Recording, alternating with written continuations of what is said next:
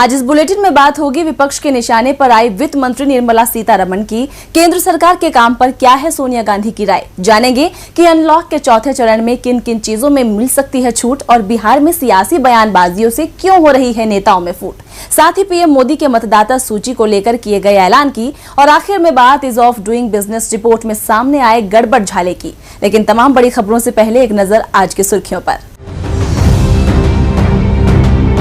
कांग्रेस सांसद राहुल गांधी ने केंद्र सरकार को घेरा। राहुल ने सोशल मीडिया प्लेटफॉर्म व्हाट्सएप पर मोदी सरकार के कथित नियंत्रण का उठाया मामला। कहा, भारत में पेमेंट प्लेटफॉर्म बनना चाहता है व्हाट्सएप। बिहार के मुख्यमंत्री नीतीश कुमार से चल रही तनातनी में एलजेपी अध्यक्ष चिराग पासवान ने एक बार फिर सीएम पर कसा तंज। कहा, राज्य पर नहीं है मुख्यमंत्री नीतीश कुमार का नियंत्रण, प्रधान सचिव चला रहे हैं सरकार। चंचल कुमार है सीएम नीतीश के प्रधान सचिव। बिहार चुनाव से पहले बढ़ेगी आरजेडी की ताकत। आरजेडी में शामिल होंगी पूर्व केंद्रीय मंत्री दिग्विजय सिंह की बेटी श्रेयसी सिंह। 3 सितंबर को राबड़ी देवी के आवास पर आयोजित एक कार्यक्रम में तेजस्वी यादव दिलवाएंगे सदस्यता। श्रेयसी सिंह को कॉमनवेल्थ गेम्स में 2018 में मिला था गोल्ड मेडल। कांग्रेस में नहीं थम रहा लेटर विवाद। पूर्व केंद्रीय मंत्री और कांग्रेस नेता जितिन प्रसाद बोले, नेतृत्व परिवर्तन की मांग कभी नहीं की, पत्र का निकाला गया गलत मतलब। और बढ़ सकती है राशन कार्ड पोर्टेबिलिटी लागू करने की तारीख। खाद्य मंत्रालय एक राष्ट्र एक राशन कार्ड योजना को लागू करने की अवधि को बढ़ाने पर कर रहा है विचार। अभी मार्च 2021 से राशन कार्ड पोर्टेबिलिटी लागू करने की तय की गई है समय सीमा। सुर्खियों के बाद अब बात आज की सबसे बड़ी खबर की। गिरती अर्थव्यवस्था को लेकर विपक्ष लगातार सरकार को घेर रहा है। कांग्रेस से लेकर तमाम दल सरकार से सवाल पूछ रहे हैं। वहीं इन सब के बीच वित्त मंत्री निर्मला सीतारमण ने इन सभी समस्याओं को भगवान की तरफ मोड़ दिया। उन्होंने कहा कि इस समय जो देश में हो रहा है वो सब एक दैवीय घटना है, यानी एक्ट ऑफ गॉड, जिसके बाद बवाल तो होना था। इसे लेकर पूर्व वित्त मंत्री पी चिदम्बरम ने निर्मला सीतारमण को आड़े हाथों लिया है। इसी खबर पर चर्चा के लिए हमारे साथ मौजूद हैं राजीव जी। राजीव जी, बहुत बहुत स्वागत है आपका। लेकिन उससे पहले ये रिपोर्ट देखिए। देश की जनता बार बार पूछ रही है कि पिछले कई सालों से अर्थव्यवस्था गोते क्यों लगा रही है, क्यों देश का हाल बेहाल हो रहा है। इतने सालों तक तो सरकार विकास की रफ्तार को लेकर शांत रही, लेकिन अब जैसे ही महामारी आई तो उसे बहाना मिल गया, अपनी गलतियों को छिपाने के लिए सहारा मिल गया। वित्त मंत्री निर्मला सीतारमण ने गिरती अर्थव्यवस्था का सारा दोष भगवान के सिर मढ़ दिया। उन्होंने कहा कि अर्थव्यवस्था महामारी से प्रभावित हुई है, जो कि एक दैवीय घटना है, यानी एक्ट ऑफ गॉड है। उनके इसी बयान को लेकर पूर्व वित्त मंत्री पी चिदम्बरम ने उन्हें जमकर खरी खोटी सुनाई है। पी चिदम्बरम ने ट्वीट कर लिखा कि अगर ये महामारी दैवीय घटना है तो हम 2017-18, 2018-19 और 2019 और 20 के दौरान अर्थव्यवस्था के कुप्रबंधन का वर्णन कैसे करेंगे? क्या वित्त मंत्री मैसेंजर ऑफ गॉड के तौर पर जवाब देंगी? दरअसल पिछले दिनों वित्त मंत्री निर्मला सीतारमण ने कहा था कि अर्थव्यवस्था महामारी से प्रभावित हुई है, जो कि एक दैवीय घटना है और इससे चालू वित्त वर्ष में इसमें संकुचन आएगा। चालू वित्त वर्ष में जीएसटी राजस्व प्राप्ति में करीब 2.5 लाख करोड़ रुपए की कमी का अनुमान लगाया गया है। उनके इस बयान को लेकर चिदम्बरम ने न सिर्फ चुटकी ली, बल्कि जीएसटी को लेकर भी सरकार को आड़े हाथों लिया। कांग्रेस नेता ने ट्वीट में लिखा कि मोदी सरकार द्वारा जीएसटी मुआवजा अंतर को कम करने के लिए राज्यों को दिए गए 2 विकल्प अस्वीकार्य हैं। पहले विकल्प में राज्यों को मुआवजा उपकर के तहत अपने भविष्य की प्राप्तियों को गिरवी रखकर उधार लेने के लिए कहा जाता है। वित्तीय बोझ पूरी तरह से राज्यों पर पड़ता है। चिदम्बरम ने लिखा कि दूसरे विकल्प के तहत राज्यों को आरबीआई विंडो से उधार लेने के लिए कहा जाता है, केवल एक अलग नाम से। फिर से सारा वित्तीय बोझ राज्यों पर पड़ता है। केंद्र सरकार किसी भी वित्तीय जिम्मेदारी से खुद को दूर कर रही है। ये घोर विश्वासघात है और साथ ही कानून का सीधा उल्लंघन भी है। ये कोई पहला मौका नहीं है जब विपक्ष जीएसटी को लेकर केंद्र को घेर रहा है। उससे पहले भी कांग्रेस अध्यक्ष सोनिया गांधी ने बैठक बुलाकर सरकार की घेराबंदी की थी, लेकिन अब तक मोदी सरकार ने कोई जवाब नहीं दिया है। राजीव जी, समस्याएं तो हमेशा आती रहती है और उसका समाधान करना सरकार की जिम्मेदारी होती है। देश की जनता अपनी सरकार को चुनती ही इसलिए है ताकि वो देश के लोगों की बेहतरी के लिए काम कर सके। लेकिन यहाँ तो काम ना करने के लिए भगवान के पीछे छुपने की कोशिश हो रही है। क्या जनता को अब सरकार की जगह भगवान से उम्मीद रखनी चाहिए या सरकार का कामकाज ही भगवान के भरोसे चल रहा है? जी सृष्टि, इस वक्त बिल्कुल ऐसा ही लग रहा है कि देश भगवान भरोसे चल रहा है, क्योंकि सरकार अपनी जिम्मेदारियों से पल्ला झाड़ने की कोशिश कर रही है। बेरोजगारी, महंगाई, विकास ऐसे मसलों पर या देश की किसी भी समस्या पर अगर आप सरकार से सवाल करेंगी तो वो कभी भी उसका जवाब नहीं देगी, और अगर आपको जवाब मिलेगा भी तो केवल उठपटांग तर्क या फिर कांग्रेस शासनकाल की गलतियों का पुलिंदा आपके सामने पेश किया जाएगा। अब तक तो सरकार हर एक बात के लिए नेहरू जी पर दोष मढ़ती थी, लेकिन अब शायद भगवान को यह जिम्मेदारी उठानी पड़ेगी। वित्त मंत्री का बयान किसी देश की सरकार में जिम्मेदार पद पर बैठे व्यक्ति का बयान नहीं लगता है सृष्टि। ऐसा लगता है कि मानो गली मोहल्लों में चाय की टपरी पर बैठे हुए आम लोग जब देश की हालत पर चर्चा करते हैं, बात करते हैं, उसमें इस तरह की टिप्पणी की गई है। इसीलिए अब उनके बयान पर चौतरफा सवाल उठ रहे हैं। केवल विपक्ष के नेता ही नहीं बल्कि भाजपा सांसद सुब्रमण्यम स्वामी ने भी इस पर टिप्पणी की है। सवाल तो अब भी पूछे जा रहे हैं कि अगर अभी की मुसीबत भगवान का काम है तो फिर पिछले 6 सालों में देश में जो जीडीपी घटी है या बेरोजगारी बढ़ी है उसके लिए भी क्या भगवान ही जिम्मेदार हैं? भाजपा के शासन में भगवान का नाम राजनीति में काफी चलाया जाता है, ये हम सब जानते हैं सृष्टि। राम नाम तो खैर है ही, इसके अलावा कभी मोदी जी को दैवीय पुरुष बताया जाता है, कभी नेताओं के पोस्टर भगवान के अवतारों के रूप में लगते हैं। और जब आप याद कीजिए कि निर्मला सीतारमण ने बजट पेश किया था, उस दौरान उन्हें लक्ष्मी जी के रूप में भी दिखाया गया था।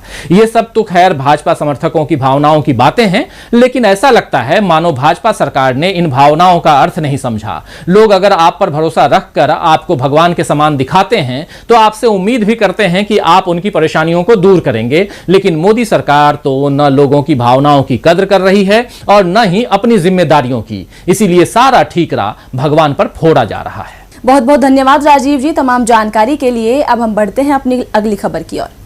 कांग्रेस अब बीजेपी सरकार से दो हाथ करने को तैयार है। एक तरफ कांग्रेस के पूर्व अध्यक्ष राहुल गांधी केंद्र सरकार को घेरते रहते हैं, वहीं अब दूसरी तरफ कांग्रेस की अंतरिम अध्यक्ष सोनिया गांधी ने सरकार को लेकर एक ऐसी बात बोल दी है जिसके बाद सरकार की मुसीबतें बढ़ना तय है। केंद्र की मोदी सरकार अपने कामों का कितना भी बखान क्यों न कर ले, लेकिन विपक्ष सरकार को घेरने का कोई मौका नहीं गंवाता।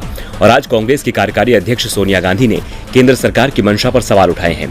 दरअसल छत्तीसगढ़ विधानसभा के नए भवन के शिलान्यास समारोह के दौरान सोनिया गांधी ने वीडियो कॉन्फ्रेंसिंग के जरिए संबोधित किया और इस दौरान उन्होंने कहा कि छत्तीसगढ़ की विधानसभा गठन हुए 20 साल हो गए हैं, लेकिन विधानसभा का नया भवन अब बनेगा। लेकिन हमें याद रखना होगा कि हमारा संविधान इन भवनों से नहीं, भावनाओं से बचा रहेगा। सोनिया ने आगे ये भी कहा कि पिछले कुछ समय से लोकतंत्र के सामने नई चुनौतियां खड़ी हुई हैं। लोकतांत्रिक संस्थाओं को मिटाया जा रहा है, लोकशाही पर तानाशाही का प्रभाव बढ़ रहा है। 15 सालों की लंबी अवधि के बाद छत्तीसगढ़ में कांग्रेस की सरकार बनी है और पिछले सालों में छत्तीसगढ़ में जो हुआ वो एक उदाहरण है कि एक दिशाहीन और विचारहीन सरकार जनहित के बारे में कभी नहीं सोच सकती। मुझे प्रसन्नता है कि हमारी सरकार सही दिशा में काम कर रही है। आपको बता दें कि छत्तीसगढ़ विधानसभा के 1 दिवसीय मानसून सत्र कल यानी शुक्रवार को आयोजन हुआ था। ये सत्र कई मायनों में कुछ अलग अनुभव देने वाला रहा। इसके साथ ही सोनिया ने केंद्र सरकार पर तंज कसते हुए कहा कि पिछले कई दिनों से हमारे देश को पटरी से उतारने की कोशिश की जा रही है। हमारे लोकतंत्र के सामने नई चुनौतियां खड़ी हुई हैं। आज देश 2 राह पर खड़ा है। गरीब विरोधी, देश विरोधी, जनता को एक दूसरे से लड़ाकर राज करने वाली ताकतें देश में नफरत फैला रही हैं। सोनिया गांधी ने सरकार पर कई सवाल उठाए। अब देखना होगा कि बीजेपी की ओर से क्या जवाब आता है। सोनिया गांधी ने लोकतंत्र को लेकर केंद्र सरकार को पाठ पढ़ाने की कोशिश की है जिससे देश की जनता को राहत मिल सके।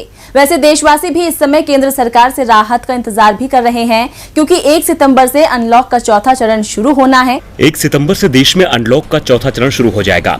फिलहाल अनलॉक के तीसरे चरण का दौर चल रहा है, जो 31 अगस्त को समाप्त हो जाएगा और इसके साथ चौथे चरण की शुरुआत हो जाएगी। इस बार भी केंद्र सरकार ने पहले से जारी कुछ पाबंदियों में छूट दे दी है और कुछ मामलों में राज्य सरकार को अधिकार दिए हैं। चौथे चरण के लिए आज केंद्रीय गृह मंत्रालय की ओर से दिशा निर्देश जारी कर दिए गए हैं। अनलॉक के चौथे चरण में 7 सितंबर से शर्तों के आधार पर मेट्रो शुरू होगी। 21 सितंबर से ओपन थिएटर खुलेंगे। 21 सितंबर से धार्मिक आयोजन में 100 लोग शामिल हो सकते हैं। 21 सितंबर से 9 से 12वीं के छात्र शिक्षकों से मिल सकेंगे। स्कूल कॉलेजों के खुलने पर पाबंदी जारी रहेगी।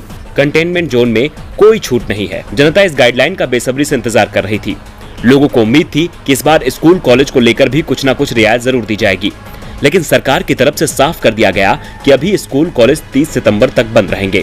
वहीं दिल्ली के लोगों के लिए थोड़ी राहत भरी खबर जरूर है, क्योंकि 7 सितंबर से मेट्रो का संचालन शुरू होने जा रहा है। लेकिन बिहार में राजनीतिक दल उस वक्त का इंतजार कर रहे हैं जब चुनाव आयोग राज्य में विधानसभा चुनाव का ऐलान करे। चुनाव का ऐलान भले ही ना हुआ हो, लेकिन राज्य में राजनीतिक गतिविधियां तेज हो चुकी हैं। सियासी बयानबाजियों ने भी जोर पकड़ लिया है। आरजेडी नेता तेजस्वी यादव ने सीएम नीतीश कुमार को लेकर बड़ा बयान दिया है, जिससे जेडीयू बौखला गई है। तो क्या कहा है तेजस्वी ने, एक रिपोर्ट देखिए। बिहार में अभी विधानसभा चुनाव का ऐलान नहीं हुआ है, लेकिन राज्य में सियासत तेज हो चुकी है। चुनाव आयोग संकेत दे चुका है कि चुनाव समय पर ही होंगे, यानी कुछ दिनों बाद बिहार में चुनाव का ऐलान हो सकता है। इसके साथ ही अब सत्ता पक्ष के साथ विपक्ष भी चुनाव की तैयारियों में कूद पड़ा है। महामारी के साथ ही प्रकृति भी इस समय राज्य की परीक्षा ले रही है, जिसे लेकर विपक्ष सरकार को लगातार घेर रहा है। आरजेडी नेता तेजस्वी यादव ने दावा किया है कि अगर महागठबंधन की सरकार बनती है तो वो खुद नीतीश सरकार के दाग धोएंगे। तेजस्वी ने महामारी और प्रकृति द्वारा राज्य को हुए नुकसान को लेकर नीतीश कुमार को घेरते हुए कहा कि बिहार सरकार पूरी तरह से फेल साबित हुई है। न तो प्रभावित इलाकों में राहत कार्य हो रहे हैं और न ही इसके बचाव के लिए काम किए जा रहे हैं। तेजस्वी ने नीतीश पर तंज कसते हुए कहा कि अभी केंद्र ने बिहार को कितनी मदद पहुंचाई, नीतीश कुमार को बताना चाहिए। तेजस्वी ने कहा कि हमारी सरकार आती है तो सामाजिक न्याय के साथ आर्थिक न्याय भी करेंगे और नीतीश कुमार के सारे दाग धोएंगे। तेजस्वी के बयानों से बौखलाई जेडीयू भी जवाब देने मैदान में कूद पड़ी, लेकिन तेजस्वी के सवालों का जवाब देने की जगह वो हवाई बातें ही कर रही है। जेडीयू प्रवक्ता राजीव रंजन ने नीतीश कुमार के काम तो नहीं बताए, हाँ तेजस्वी यादव को नसीहत जरूर दी। राजीव रंजन ने कहा कि तेजस्वी यादव को अभी बहुत राजनीति सीखने की जरूरत है, सिर्फ बड़बोलेपन से राजनीति नहीं होती। तेजस्वी यादव के बड़बोलेपन का खामियाजा पूरी पार्टी को भुगतना पड़ता है। जनता नीतीश कुमार के साथ है। खैर, ये तो चुनाव के बाद ही पता चलेगा कि जनता किसके साथ है। बिहार में चुनाव को लेकर बयानबाजी चल रही है, लेकिन इसके साथ ही चुनाव आयोग की तैयारियां भी चल रही हैं। वोटिंग लिस्ट अपडेट हो रही है। इस बार स्वास्थ्य मुसीबत के कारण एक पोलिंग बूथ पर वोटरों की संख्या को कम ही रखा जाएगा। वैसे मतदाता सूची तो पूरे देश की बदलने की भी तैयारी चल रही है, लेकिन इसके रास्ते में कुछ कानूनी प्रावधान आड़े आ रहे हैं। तो मतदाता सूची को लेकर क्या तैयारी कर रही है सरकार, देखिए हमारी ये रिपोर्ट। देश में साल भर कहीं न कहीं चुनाव चलते ही रहते हैं। ऐसा एक भी साल नहीं बीतता जिस साल कम से कम 4-5 राज्यों में विधानसभा के चुनाव ना हो। लोकसभा चुनाव तो खैर सामान्य परिस्थितियों में 5 साल में एक बार होता ही है। देश में अलग अलग राज्यों में विधानसभा का कार्यकाल अलग अलग समय खत्म होता है, जिस कारण वहाँ चुनाव अलग से कराने पड़ते हैं। आंध्र प्रदेश, ओडिशा, तेलंगाना जैसे कुछ राज्यों में जरूर लोकसभा के साथ विधानसभा चुनाव हो रहे हैं, लेकिन यहाँ इसलिए ये हो रहा है क्योंकि वहाँ की विधानसभाओं का कार्यकाल लोकसभा के साथ ही खत्म होता है।